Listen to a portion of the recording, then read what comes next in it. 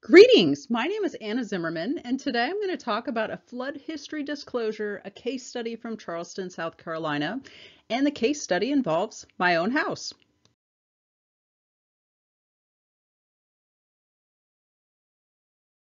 It's fitting that my talk today is in the track of risk communications and equity considerations in floodplain management. And hopefully by the end of today's talk, I will maybe convince some of you, although many of you don't need convincing, that violations in NFIP requirements put people at risk, and non-compliance with FEMA requirements really does harm innocent families, and it puts a tremendous burden on the federal taxpayer. I've organized my talk around four main themes, being flood disclosure, violations, CRS, and really a plea for a need for FEMA enforcement. And hopefully the takeaway message from my talk today will be one of, really, should federal tax dollars be used to cover for post-firm building code violations? So a little bit about me. I'm a mom first, teacher second, a scientist, and really an unintentional flood activist. This was never my calling, but I found myself in a peculiar situation that I will explain part of my story today. So really, I was just trying to live my best life. And I came to Charleston in 2005 with a new child in tow, my husband and I, some cats. We were first-time homeowners, and it was an exciting time. New opportunities all around.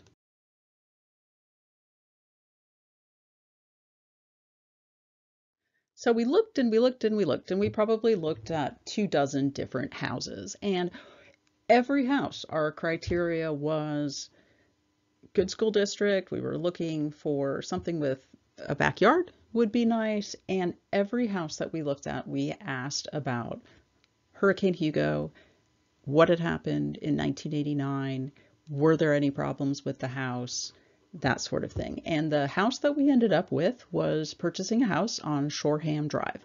And here is a picture of the house that we ended up purchasing. Later, my daughter thought the color was awful. She called it the naked house because it had naked paint color. So point one of my talk is about flood disclosure, and we did the best that I think any new homeowner can do, in that we asked about flood disclosure. We asked around if the house had problems. We hired an inspector. We basically hired a real estate agent to help us out with this. We had disclosure statements, but what we ended up finding later was that no matter how much due diligence that we would have done, we would have never found the problems with the house that we purchased. And this is an actual property disclosure from Shoreham Road, and what you can see here is number 15, violations or variances. Checkbox was no. If we had any problems that were caused by water, check no. If there were flood hazards, flood designations, check no. So, a home of one's own. The naked color had to go. We painted the house, we fixed it up, we spent years with a garden, and we loved our home. And in 2015, our house flooded. It was awful. And just when we seemed to get back on our feet, our house was hit by Hurricane Irma, and it flooded again in 2017. And this happened during the middle of the day, and we could see that water was coming from 4 different directions in the neighborhood. Again, ruined all of our stuff. And at this point, the FEMA adjuster had told us that this property was a total loss and put in a claim for it being a total loss. So basically, in a 24-hour period, we went from having a place to live to what are we going to do with rebuilding, these sorts of things. Within 2 weeks, basically, we knew that we didn't have a place to live. And so we started to make as best plans as you can. So we ended up, because the house was deemed to be a total loss, the FEMA adjuster suggested that we applied to FEMA to have FEMA basically knock the house down. And there was something called an increased cost of compliance that was present in our insurance. And we had thought about, getting the house elevated. Maybe we could fix it up. We could move back into it. We could sell it to someone else. But once we started talking to the floodplain manager, we realized that this was really a no-win situation, because even if we knocked the house down, we came to learn that there was an elevation problem. And so it seemed that there were no good options at this point. For the ICC component, I needed something called a substantial damage letter. The city floodplain manager wrote such a letter for me, and he also indicated that this was the first time that the city had ever written such a letter. And as the years went by, the more that I mulled this over in my head, this just seemed unreal to me that substantial damage letters hadn't been issued in the city of Charleston. The more that I read, the more that I came to learn that this was a requirement of being in the National Flood Insurance Program. And so I started FOIA requesting information, and lo and behold, yes, my house was the first house ever in the city of Charleston to ever have a substantial damage letter. And I find that to just be unbelievable. And also during this time, I started digging up through more information, reading all kinds of NFIP documentation, FEMA documentation, because I was trying to understand what had gone wrong here. And what I did find was, up until that time, Charleston had also not been doing required inspections after floods. They'd not been requiring permits for flood repairs, in addition to the not issuing substantial damage letters. And I really did find that astounding, given how many floods have happened in Charleston, going from Hurricane Hugo all the way down to Matthew to Irma, and even recently this is still going on, not doing required inspections after floods, not requiring permits for flood repairs, and not issuing substantial damage letters. I also started tracking down previous homeowners on Shoreham Road. Coinciding with this time, FEMA had actually come back and denied our total loss claim due to building code violations that I'm going to talk about in a moment. And I also came to find out that the flood disclosure statements on my house were never accurate, and that my house had in fact flooded 5 times before we had ever purchased our home. And if you remember from the flood disclosure statements, the property disclosures, we were also told by the realtor and the people selling our house that there were no problems with our house when it came to flooding or water. So maybe a detriment of being a scientist is that really I want to understand. And scientists, they collect all the data that they can in many cases when they're trying to solve a problem and try to make sense of it.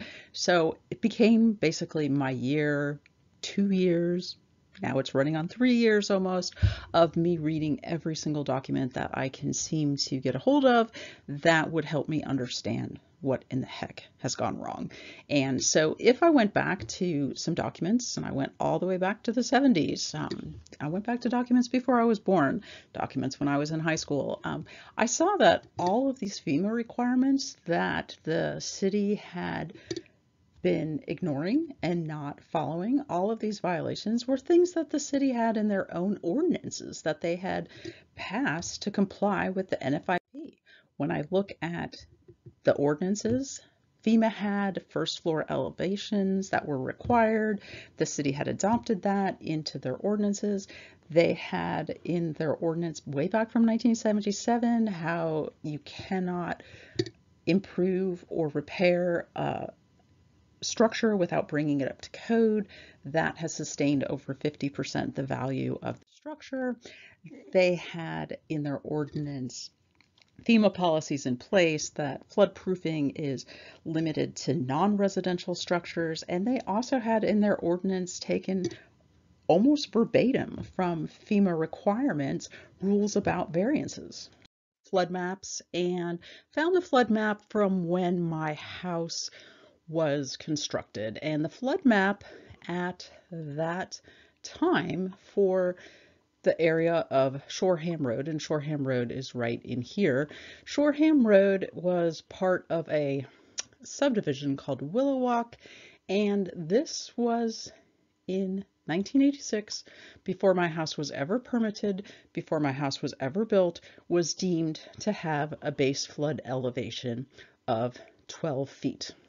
And if we look at Shoreham Road, all of the houses that were constructed on Shoreham Road in a post-firm era with a flood map with a elevation requirement of 12 feet, all of the first floor elevations of these homes fell below this requirement of 12 feet.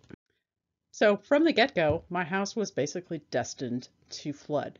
And I wondered, how could this have been possible? How could you construct an entire subdivision to be below BFE requirements? And what I learned was rather astounding. I tracked down former Shoreham owners all over town, and I found deeds from properties.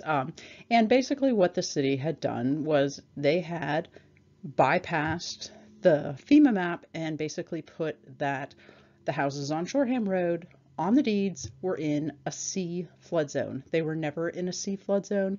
They were, if we remember back from that map, 1986, they were in an A flood zone, and it was an A5, 12 feet elevation requirement.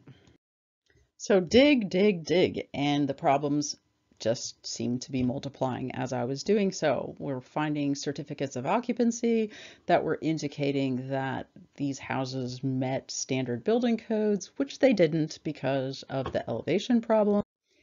And then I was keyed into the fact that there was a variance problem as well with this house. And so that was a new one to me, a new problem, a new thing to try to explore. And I was then told by a city official that the variance would not be found. And after many, many emails to various people in the city to try to get the variance, the floodplain manager was also very helpful at that time. And he indicated to me that I should request this information through FOIA requests, and did so, still could not get the variance. Well, you know, telling someone that they cannot find a variance that's associated with their home when their flood claim has been denied and now they're in panic mode, you know, really sent me to looking at where else could I find this variance. I'm persistent, and I did find the variances from FOIA requests to the Atlanta office of FEMA to Washington, D.C., among other agencies.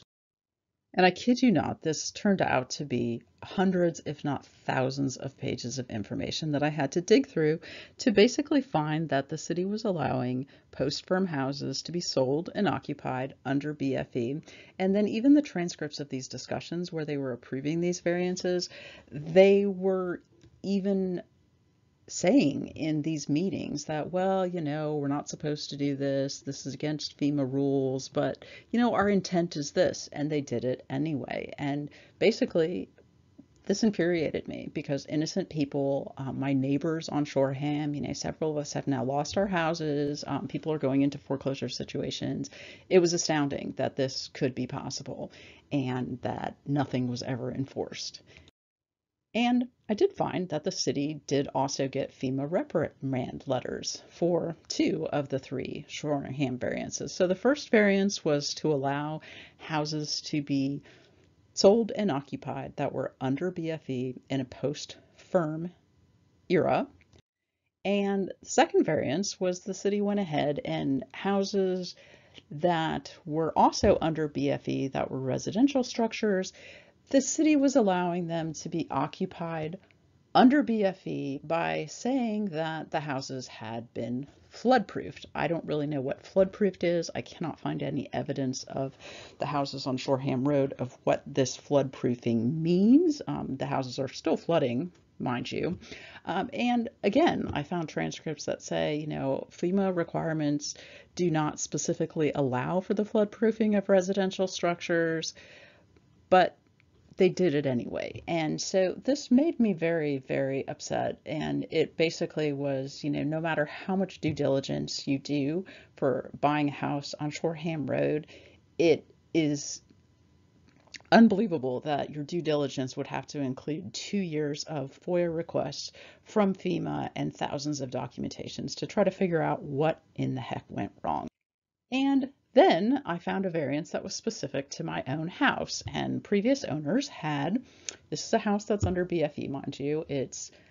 My house was 3 feet below BFE, and the previous owners had requested to enclose the garage space to convert it to living space. And I don't really need to tell this group, but you're not allowed to enclose garages that are under BFE to be converted to living space. And they did so anyway, and they kind of combined the problems that they had already been reprimanded with in variance 1, and then the problems of variance 2, and they basically, in variance 3, that was specific to my house, they combined all the bad deeds, so to speak, in allowing this to go ahead and happen.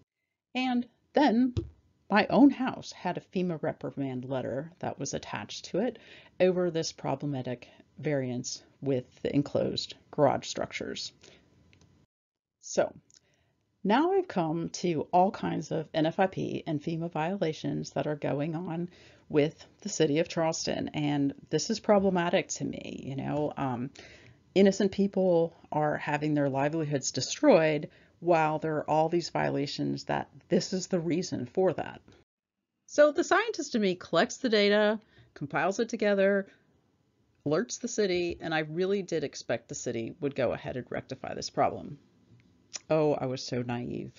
So I find myself reporting all of this information and giving pages and pages and pages and pages of things to the city again,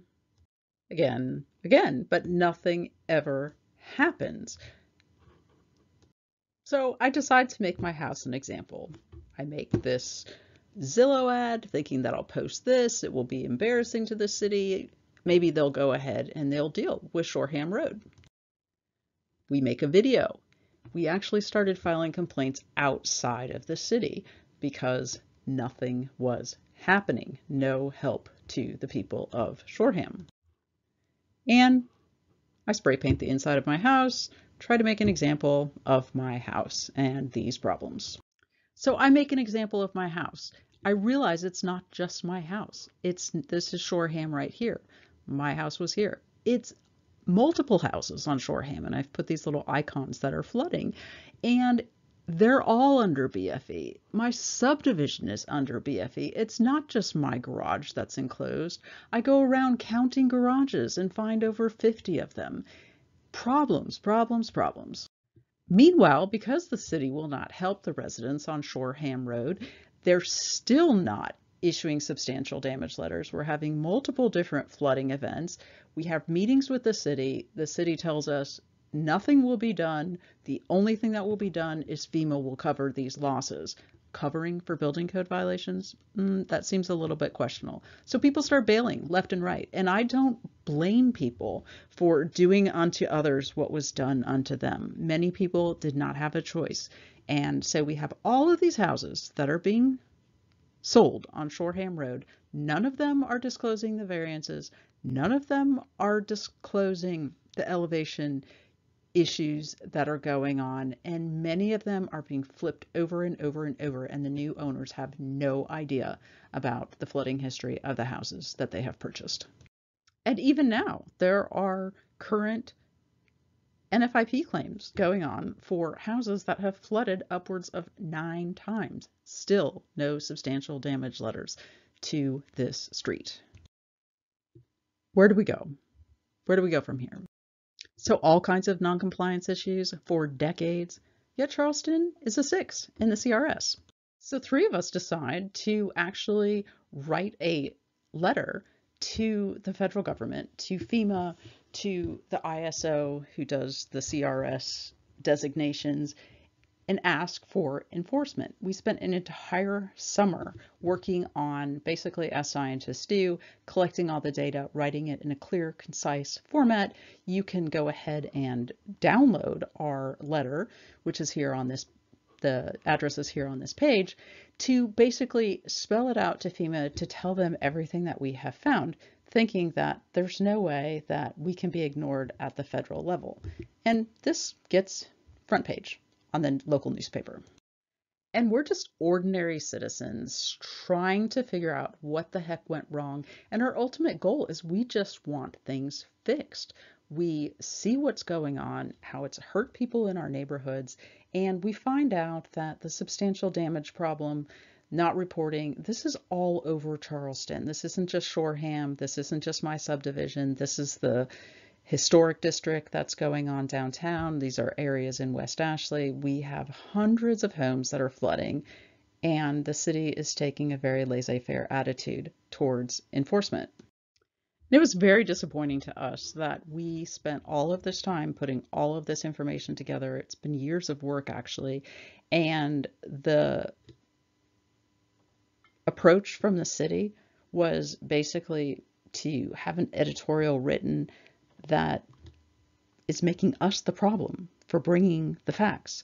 So, we kind of had these discussions about, like, why are they shooting the messenger? All we want to do is fix something.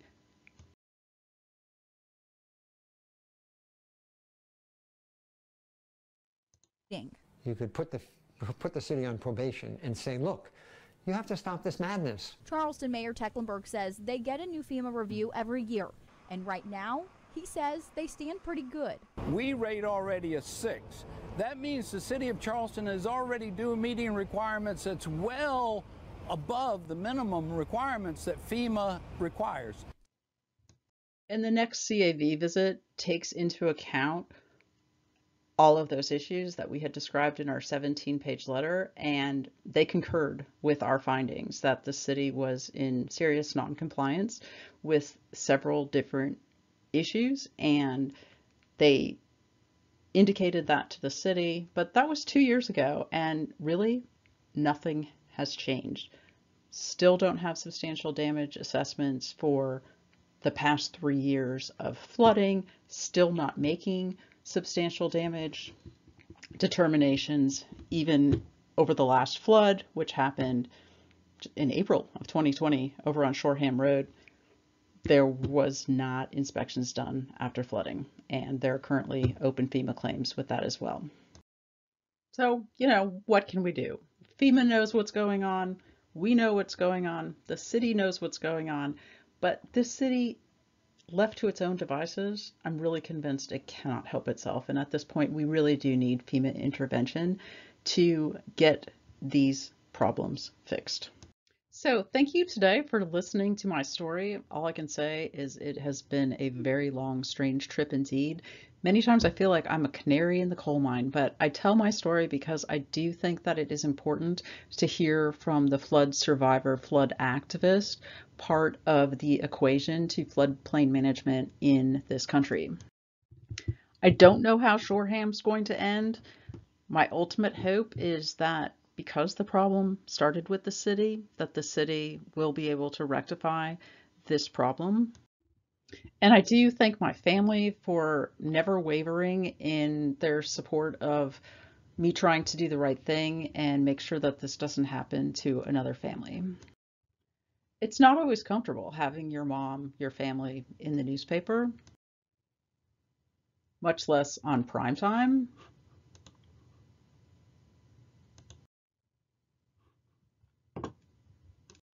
Or the subject of a podcast, or being called a face of disaster. And through all this, I've met some of the most interesting people in my own city. People that together we've been able to rent a church, throw a flood meeting. We actually really threw a flood party. We've organized workshops to inform others about flood insurance. People telling their stories is profoundly important.